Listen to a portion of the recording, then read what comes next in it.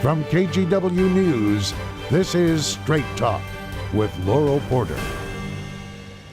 Hello and welcome to Straight Talk. I'm Laurel Porter. In 1 week, Oregon will play host to some of the best track and field athletes on the planet.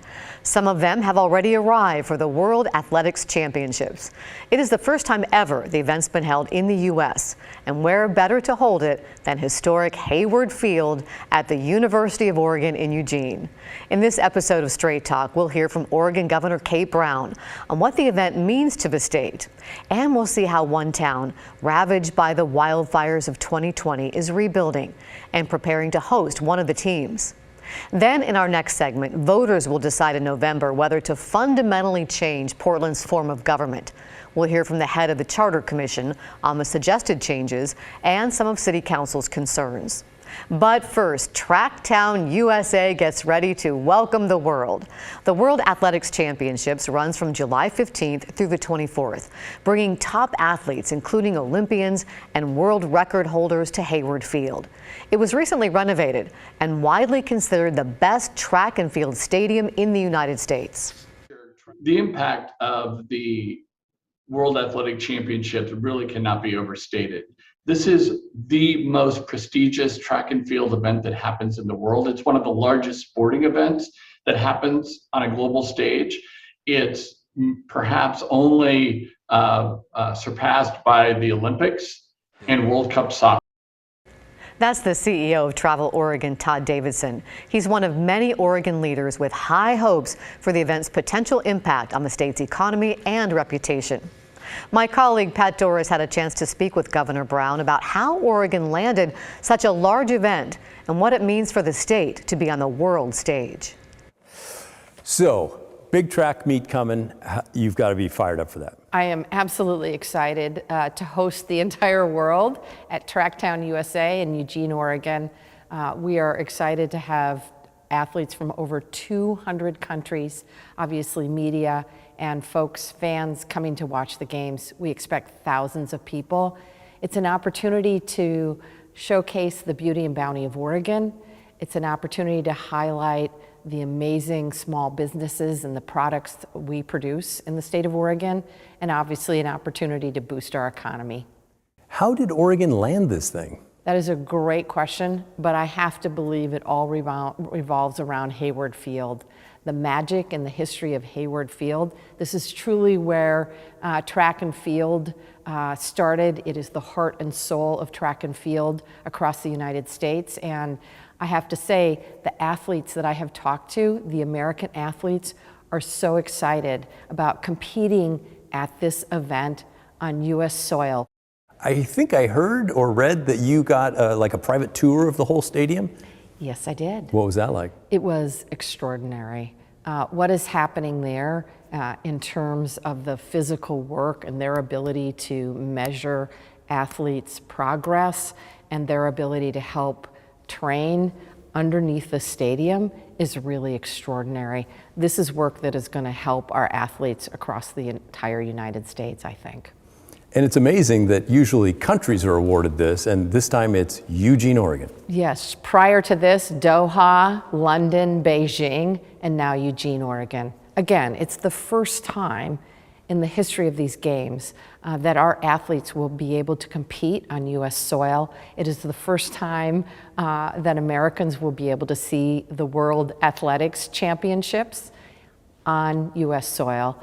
And it's all because of Hayward Field and the magic and the history that's there. And I think I'd be remiss if I didn't ask about security. You got a whole bunch of people and it's a dangerous world we live in. What do you think? Will it be safe? Absolutely. I had an opportunity to go to the prior games in Doha. And what I learned from that event is that people, of course, want to have fun, but they also want to be safe and secure. My security detail was with me at that time. We obviously took lessons from Doha and will be implementing them at Hayward Field in Eugene. But I'm confident that folks are going to be safe and that they're going to have a lot of fun. What I have to tell you, what also blew me away from being at Doha is the extraordinary capacity of these athletes, the fact that you are so close to them and you can see them competing on the field. And my understanding is Hayward Field is one of the best in the world. It's really an extraordinary opportunity for Oregon. It is so exciting. Travel Oregon estimates direct spending by athletes, teams, and fans during the competition could range from $50 million to $200 million. Plus, NBC will be broadcasting 43 hours of the event. We also asked the governor about the dollars and attention it will bring in. I think the economic impact of having these games be in Oregon is going to be amazing, phenomenal. The timing couldn't be better as we come to the end of the pandemic, and it's an incredible opportunity for Oregon tourism. More importantly, I expect 1 billion people to be watching these games. It's amazing opportunity for the rest of the world to see Oregon.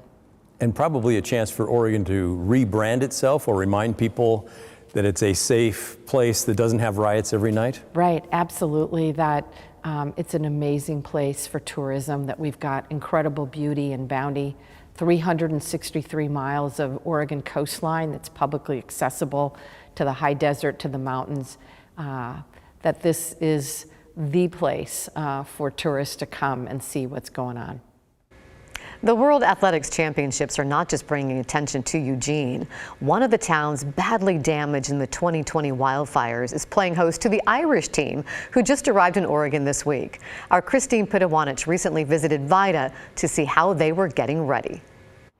We're here in the beautiful Mackenzie River Valley, about 30 miles east of Eugene, in the small town of Vida. Wildfire tore through this area in 2020. This community is really in all stages of rebuilding, but as it continues to rebuild and recover, something exciting is on the horizon for this area. This gorgeous, state-of-the-art 8-lane certified track in Vida will be hosting the Irish team as they prepare to run in the Oregon 22 World Athletic Championships. For the Irish to come here, we are honored. My name is Cliff Richardson, and I've basically lived up here on the Mackenzie all my life. I'm a third-generation person up here. For people like Cliff Richardson, having the opportunity to showcase the Mackenzie River Valley is something special. It's been a hard couple of years after the Holiday Farm fire devastated this area. Richardson's wife, Connie, took this video. You can look 360 around us. This was all on fire. While there are still many challenges, especially around housing, recovery is underway. There's green grass growing on the hillsides, and it's just a really good feeling to see it come back.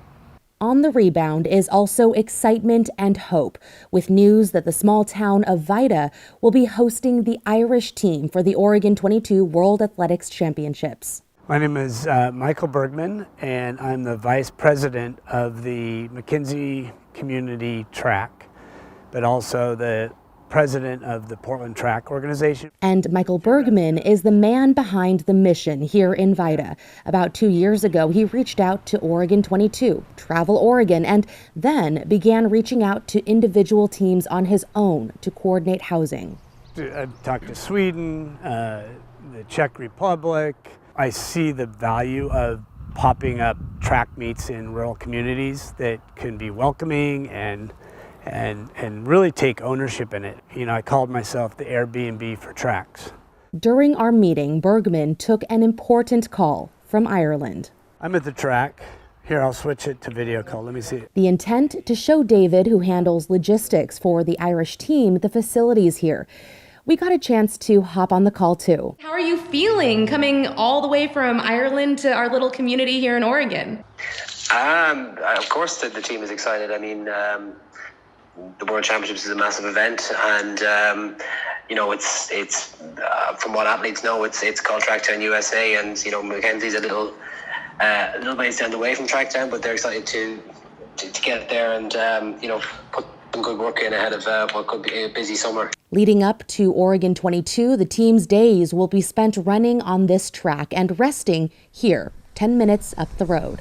We are putting them up at the Mackenzie Camp, which is a former USA Basketball Academy. There's 6 lodges, some cabins, full cafeteria, commercial kitchen. We're working with their staff and working with the menus to try to create really healthy choices. It has everything. Bergman hopes hosting the Irish will bring jobs and help give this community a boost. Just a phenomenal opportunity for the entire community. Back at the track, this place holds a deeper meaning for Richardson and dozens of others. Not only did it survive the fire, it helped people survive. My wife and I, this was our anniversary here, surrounded and trapped by the fire. So us and about 35 neighbors or so were literally trapped here. We couldn't go east or west. But they survived, and so did the Mackenzie River Valley. It's been ravaged by the fire, but before the fire it was, and it still is beautiful. And we're out here in paradise, what we consider to be our paradise. And to show it off to the world and the team from Ireland, we're very excited. In Vida, Christine Pitawanich, KGW News. And we welcome all the athletes. After 2 years of construction, Eugene's new Riverfront Park is ready just in time for the competition. The park spreads across 4 acres downtown, running along the Willamette River. This will be the site of a festival for community members during the World Athletics Championships. In addition to food and entertainment, there will also be a live stream for people to keep an eye on all the competition. And the state of Oregon is well represented on the medals winners will get. They feature a tree trunk on the front, while the back showcases Oregon's natural beauty from the mountains to the coast the governor was talking about. The medals are made of corian, then inlaid with the traditional gold, silver, and bronze.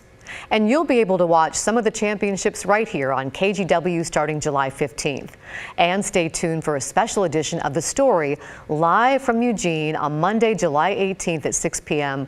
with more on what it took to put on this major event. And coming up next here, Portland's unique, quirky commission form of government has been blamed for a lack of meaningful action on a number of the city's problems. Now voters have a chance to change it. We'll look at the proposed changes and why at least 2 city council members have concerns. We're back in 2 minutes.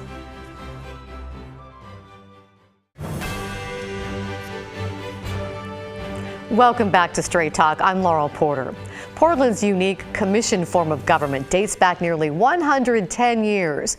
Portland is the only major U.S. city that still has a commission system. It's often been called dysfunctional, yet Portlanders have voted against changing it numerous times. Well, now they'll get another chance this November. A 20-member charter commission is recommending reforms that would fundamentally reshape the structure of the city's government and elections. Those changes include ranked choice voting. No more primaries, just one election in November, with voters ranking the candidates by order of preference. A second change expands the number of council members. Instead of the mayor and 4 commissioners being elected at large, the Charter Commission recommends the council have 12 members from 4 different geographic districts. The charter changes would also stop city commissioners from overseeing bureaus themselves. That role would go to the mayor and a professional city administrator. That would be a new role. Commissioners would instead focus on passing laws, meeting with constituents, and working on the budget. But not everyone on the city council is on board with those recommended changes. They got to question the Charter Commission at a meeting late last month. Mayor Ted Wheeler and Commissioner Mingus Mapps brought up concerns about the model being untested and too complicated for just one ballot measure. Why not use a plug-and-play form of government, something that already exists in a city like Atlanta or Denver or Seattle or Boston or somewhere else, where they've had decades to live with that model and tweak it and improve it? Why not seek a model like that is, I guess in government speak, we call that an established best practice. Why not do that instead of taking the risk of proposing something completely new? If I understand it correctly, this is going to be a single ballot measure, which surprises me, and it surprises me for a couple of reasons. One is, I think there's a state law out there that says that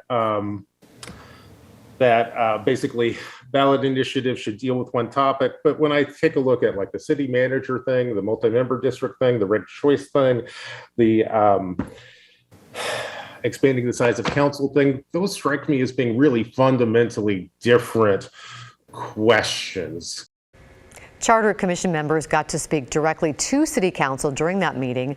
Then we caught up afterward with the co-chair of the commission, Melanie Billings-Yoon.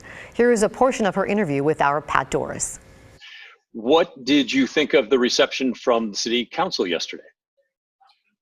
I thought it was interesting that the mayor felt that we were not giving enough power to the mayor, and the commissioners felt that we were undermining the role of the councilors by increasing the size. Do you think it's just a classic, we're the people in power and we're threatened by the change in this system? I do. Is there any way to overcome that? Well, ultimately, when the system is changed, there will be a lot of new people in power, and I don't think you ever change the sense that people are losing something. We're seeing that across the nation. People don't like it when they're in a comfortable position, and that position or what they believe that position should be is taken away. But what we have really aimed at is broadening the representation in the city, especially given more representation and more attention to the east side of the city. And traditionally, that has not been where the city has been run. Interesting, thank you. And Commissioner Mapps, I talked with him earlier today, and he was just reiterating his concern that the multi-candidate, multiple district, ranked choice voting has never been done anywhere, and he's concerned that it will make things more dysfunctional, not less. Unfortunately, that's not true. It's been used in Cambridge since 1941 to great effect. It is used in 40 out of 42 countries in Europe. It's used in 85 countries around the world. It's used in very effectively the exact same system we have in Australia for over 100 years.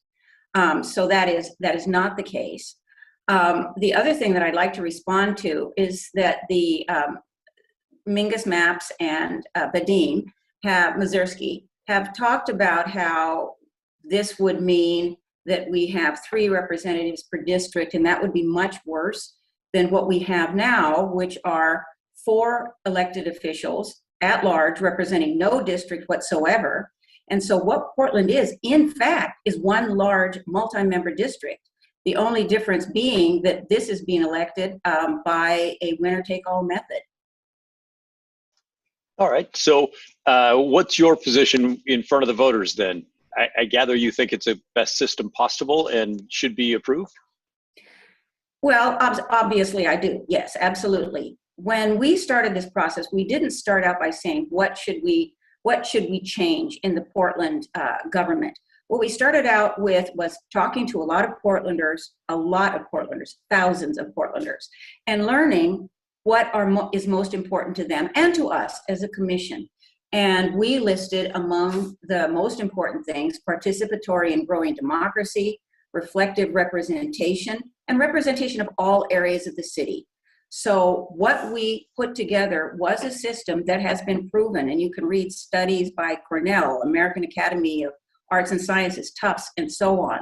A system that maximizes the voice of all the people of the city rather than just a privileged few. Okay, and when you're talking about the system that's being used all over the world and in all these countries, is it a piece of that? Is it just the ranked choice voting, or is it all of it? I was referring to multi-member proportional representation, so multi-member ranked choice voting. When you look at ranked choice voting alone, that one, as you probably know, is absolutely taking off in the United States. I think we have currently, I'm going to say a number that might be slightly wrong, but I think 53 jurisdictions in the U.S. is using it now, and it will grow in 2024. And so it's a strongly developing system right now. It is not particularly new, and it's certainly not untested. And if this goes down, would it be another 10 years before we'd get a shot at this? Because City Council is making rumblings of, well, if it got voted down, we could just send the pieces we like to the voters later. I strongly think that would not be able to happen. This would mean it would be voted down 5 times, at least the form of government which they're most interested in. The last time they even tried was 2007, so it was another 15 years before they felt able to try again. Certainly, I think it would take a minimum of 10 years, but every time they voted it down, it's been voted down that one method, the change of the commission form of government. The numbers have become higher because people get used to saying no. So I think that it would be very damaging to our city. And Commissioner Mapps has said if voters do strike down the ballot measure, the City Council could submit its own plan as early as next year. The city would not need to wait another 10 years for change, as the co-chair of the Charter Commission had said. At the same time, political action committees are forming to oppose the ballot measure. We spoke with Chuck Duffy, who's leading the Partnership for Common Sense Government. Now, he agrees Portland's form of government is not working, but he says the changes the Charter Commission is proposing are too radical. I think people want a city manager, and they want a mayor. They want the bureaus taken away from the commissioners, given to the city manager. They like districts, but I don't think they're going to want 3-member districts tied to multi-member districts and ranked choice voting. It's a recipe for chaos. Duffy and Mayor Wheeler also take issue with the mayor's office not having veto power over council decisions. And then there's the question of cost. Opponents say increasing the size of city council will end up being a huge investment without much benefit to citizens. But the Charter Commission believes overall staffing and the cost to run the government shouldn't increase much once the transition is over. We have been given estimates by the city that go from the lowest cost to the highest cost. And if we look at the annual cost difference, for example, they are looking at a minimum of 0.2, a maximum of 1.4% of the discretionary budget. And the discretionary budget in and of itself is only 10% of the budget. So we're not looking at anything that should have to require higher taxes. And I would point out that the numbers they've given us are exclusive of cost savings. So it doesn't appear that it would be much more expensive. One thing we need to bear in mind is that even though the number of city council has not grown since 1913, doesn't mean the size of government hasn't grown. And the number of the aides that they have had to call on to help them run the bureaus and help them do their work has not grown. So it may just be a shuffling around of more counselors doing the work themselves, less reliant on expensive aides. We are woefully short on police in this city. Most people agree. And the issue with this spending this kind of money is that it's spent without providing any more services to the people of the city. The citizens would spend all this money, and it's on staff and offices and elected officials and PERS benefits. It provides nothing in terms of public safety, police, fire, transportation, parks, roads. Now, do keep in mind the Charter Commission, whose members were appointed by the City Council, spent 18 months surveying Portlanders to come up with that plan. And though some on City Council may not like what they decided on, they can't actually stop the ballot measure from moving forward. They're also supporters of the plan, forming PACs to convince voters to approve the Charter Commission proposal. So expect this to be a heated campaign going forward. You're going to hear a lot about it. And then if you're a Portland voter, look for this issue on the ballot Tuesday, November 8th. We want to thank you for watching Straight Talk. You just heard that tone. The QR codes are really important. If you'd like to find Straight Talk as a podcast, you can find it wherever you get your podcasts, or just scan that QR code with the camera on your phone there at the corner of your screen, and we will send you a link for more information. And join us next week. We're going to look at the impact the Supreme Court's decision to overturn Roe v. Wade could have on women's health. And we have a University of Oregon assistant professor on talking about law, policy, and the ripple effects of the decision, and also a fertility doctor from OHSU to talk about how the decision could affect fertility treatments and IVF going forward. That's all coming up next week on Straight Talk. We'll see you then. Have a great week.